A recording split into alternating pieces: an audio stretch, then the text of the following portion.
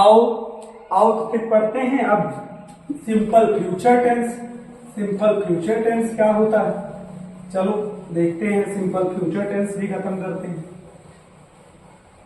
Simple future tense, ठीक है। Simple future tense जैसे वर्ड में ही है सिंपल, तो यानी सिंपल मतलब कोई काम नहीं हो रहा होगा, कोनो मेन वर्ब नहीं होगा। और फ्यूचर है तो फ्यूचर की पहचान होती है गा गी गे। ध्यान देना पहचान सबसे पहले बता रहा हूं, ठीक है। पहचान सबसे पहली बात, नो मेन वर्ब। सिंपल है तो नो मेन वर्ब, ठीक, कोनो मेन वर्ब नहीं होगा यहां, ठीक है, नो मेन वर्ब। दूसरी बात क्या, दूसरी बात उस वाक्य के अंत में, वाक्य के अंत में गा गी या गी आदि शब्द आएंगे। क्या आएंगे, आदि शब्द आएंगे।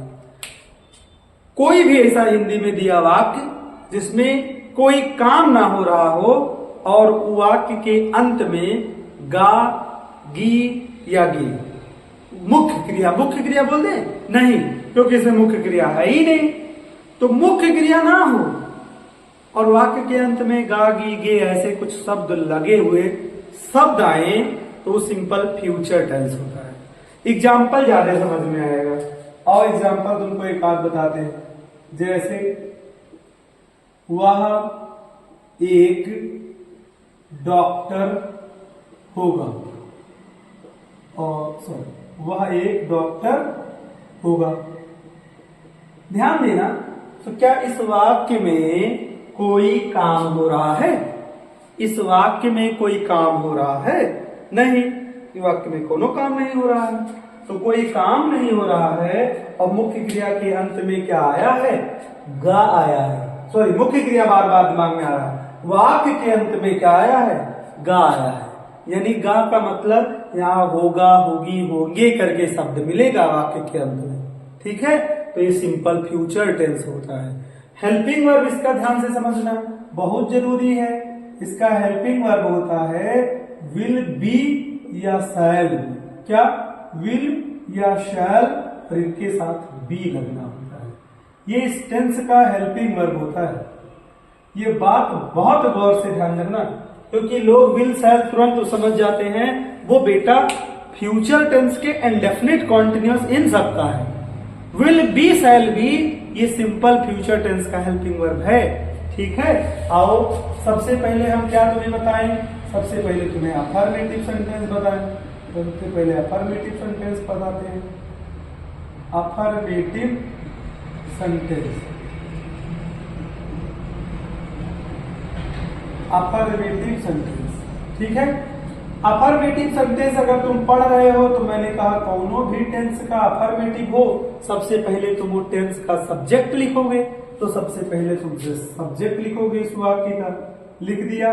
फिर मैंने बताया तुम्हें बार बार कि वो टेंस का हेल्पिंग वर्ब लिखोगे, और ये टेंस का हेल्पिंग वर्ब है विल के साथ भी या शैल के साथ भी, ठीक है। लगा दिया हेल्पिंग वर्ब ना। इसके बाद कुछ बचता है नहीं तो ऑब्जेक्ट लिख देते हैं, ऑब्जेक्ट लिख देंगे, फुल स्टॉप लगा देंगे। एग्जाम्पल समझो, आओ एक आध ट्रांसलेशन बनाते हैं। तो पहला एग्जाम्पल मैंने कह दिया, ध्यान देना कि मैं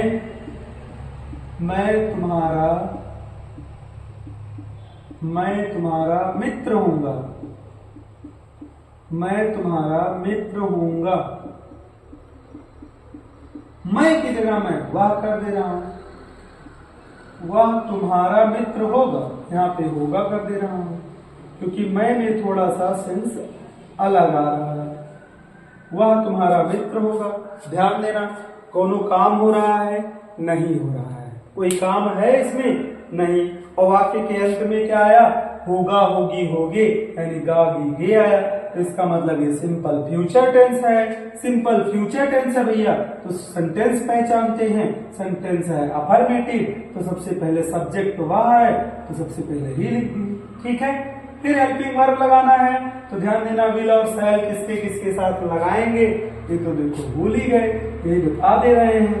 पहले शैल देख लो, शैल ध्यान से देख लेना, शैल हमेशा तुम आई और वी सब्जेक्ट के साथ लगाओगे, यानी अगर तुम्हारा सब्जेक्ट आई या वी है तो तुम उसके साथ शैल भी लगाओगे, ठीक है। और विल किसके साथ लगाओगे, तो विल इन्हीं दोनों को छोड़कर, यानी आई और वी को छोड़कर कुछ भी सब्जेक्ट हो, कोई भी सब्जेक्ट हो, कोई नाउन हो, कोई प्रोनाउन हो, सबके साथ क्या लगाओगे, विल लगाओगे, को छोड़कर सभी के साथ लगा देंगे विल को, ठीक है। तो यार देखो ही मिल गया सब्जेक्ट, ही के साथ क्या लगाना है, तो आई और वी तो है नहीं, यानी अलग है, उनके अलावा कुछ है तो इसके साथ विल लगा देंगे। फिर क्या लगाना है, बी लगाना है, क्योंकि विल बी है तो विल बी हो गया। अब ऑब्जेक्ट लिखना है, ऑब्जेक्ट क्या है, तुम्हारा मित्र, तो तुम्हारा मित्र क्या हो जाएगा, योर फ्रेंड, कोनो समस्या नहीं, he will be your friend. ऐसे मैंने एक वाक्य और बोला कि यह कलम मेरा होगा, ध्यान देना, यह कलम मेरा होगा, तो यह कलम सब्जेक्ट है, दिस पेन हो गया, मेरा होगा दिस पेन, आई और वी के अलावा कुछ और है तो विल बी हो जाएगा, यानी दिस पेन विल बी। मेरा होगा तो मेरा का अंग्रेजी माई यहां नहीं लिखेंगे, यहां लास्ट में आ रहा है मेरा का अंग्रेजी तो माइन लिखेंगे। This pen will be mine, यह कलम मेरा होगा। कितना सिंपल है ना। आओ इसका निगेटिव सेंटेंस देखते हैं, निगेटिव सेंटेंस देख लेते हैं। ये सब इरेज कर दे रहा हूं, विल और शैल का प्रयोग समझ में आ गया है, कैसे करना है समझ में आ गया है। अगर सब्जेक्ट कहीं आई और वी मिलता है तो विल लगाना, इसके अलावा कुछ और मिलता है तो सबके साथ शैल लगाना, ठीक है। आओ देखते हैं निगेटिव सेंटेंस। दूसरा निगेटिव सेंटेंस,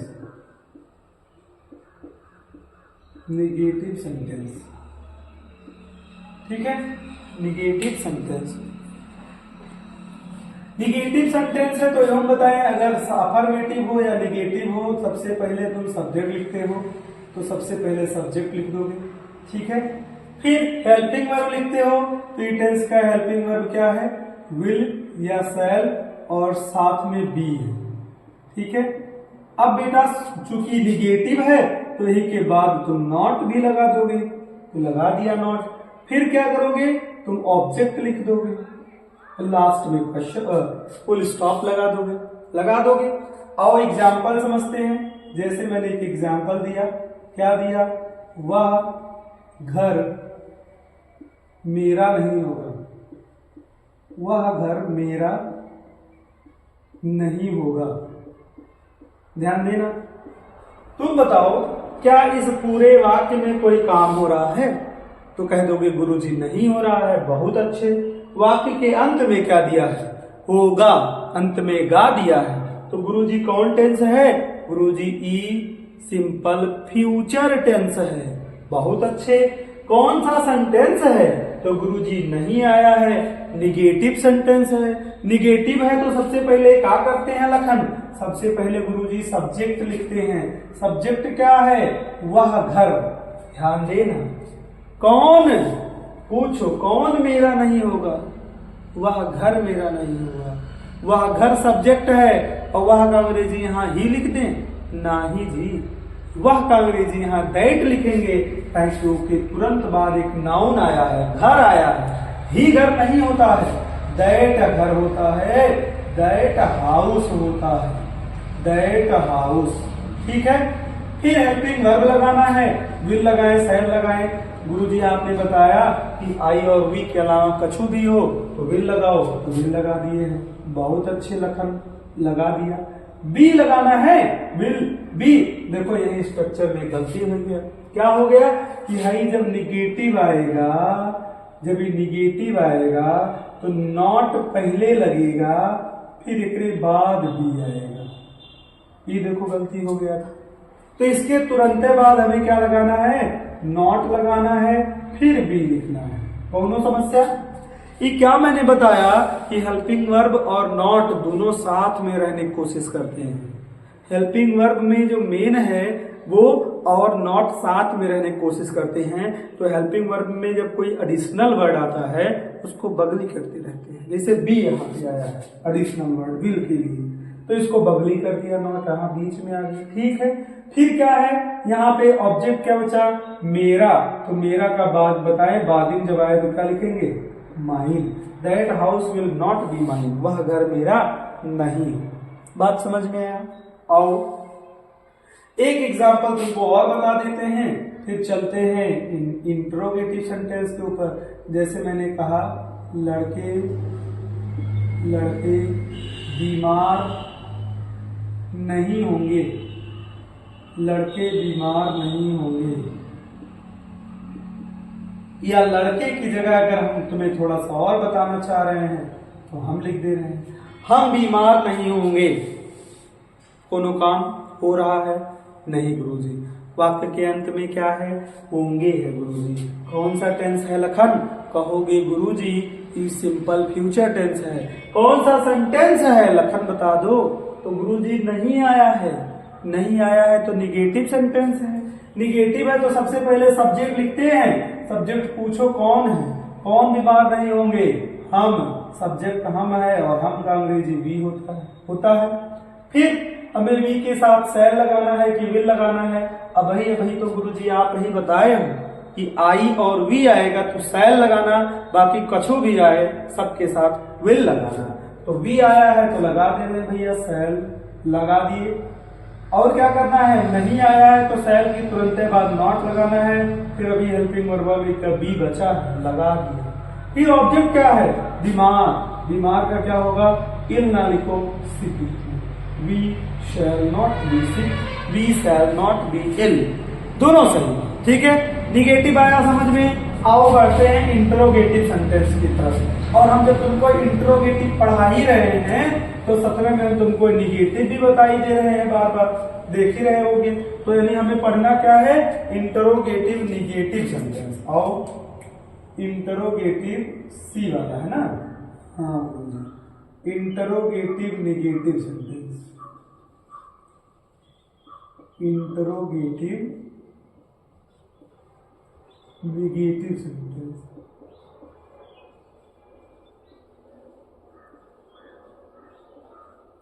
आओ देखते हैं इंट्रोगेटिव निगेटिव सेंटेंस में। दो टाइप है, बार बार बता रहे हैं, दो टाइप है। पहला है यस और नो टाइप। कौन टाइप, यस और नो टाइप। और दूसरा कौन सा है, दूसरा है WH टाइप। दूसरों खींच दे रहे हैं। दूसरा है WH टाइप। ठीक है, WH टाइप। यस और नो टाइप अभी अभी बताएं क्या से शुरू होगा। सेंटेंस जब भी करते हैं तो सबसे पहले वो वाक्य का हेल्पिंग वर्ब उस टेंस का लिखते हैं। तो हेल्पिंग वर्ब है विल या शैल। बी है, शैल बी विल बी है। लेकिन मैंने क्या कहा, बी धीरे धीरे बेचारे दूर होता जाता है जैसे सब्जेक्ट और नॉट आते हैं, क्योंकि वो दोनों इसके करीबी रिश्तेदार हैं, सगे हैं। और बी थोड़ा सा दूर से आया हुआ मित्र टाइप का है, बहुत दूर का है, तो उसको दूर कर देता है थोड़ा सा। तो ठीक है भैया, कोनो बात नहीं। इसके बाद सब्जेक्ट लिख देंगे। सेंटेंस निगेटिव रहेगा तो नॉट भी लिख देंगे। इसके बाद तो बी लिखना ही लिखना है। इसके बाद क्या करेंगे, ऑब्जेक्ट लिख देंगे। और लास्ट में हमें सबको पता है क्वेश्चन मार्क लिखना ही लिखना होता है, लगाना ही लगाना होता है, कोनो समस्या नहीं। इधर वाले का जब देते हैं तो इधर वाले का क्या आता है कि गुरुजी वाक्य के बीच में कोनो प्रश्नवाचक शब्द आता है और उसका अंग्रेजी पहले लिखते हैं। तो ठीक है, यानी सबसे पहले हम क्वेश्चन वर्ड की अंग्रेजी लिख देते हैं, फिर लगाते हैं हेल्पिंग वर्ब, और हेल्पिंग वर्ब है विल या शैल। फिर सब्जेक्ट चूंकि आएगा ही आएगा तो सब्जेक्ट इसके तुरंत बगल आता है। अगर सेंटेंस में निगेटिव है तो नॉट भी, फिर बी लगा देते हैं। फिर इसके बाद में ऑब्जेक्ट लगा देते हैं और लास्ट में क्वेश्चन मार्क लगा देते हैं। ये इसका स्ट्रक्चर है। ठीक है, अब आगे बढ़ते हैं। एग्जाम्पल दोनों का समझते हैं। पहले इसका एग्जाम्पल देख लें, इसका एक एग्जाम्पल देख लें, जिसे मैंने कहा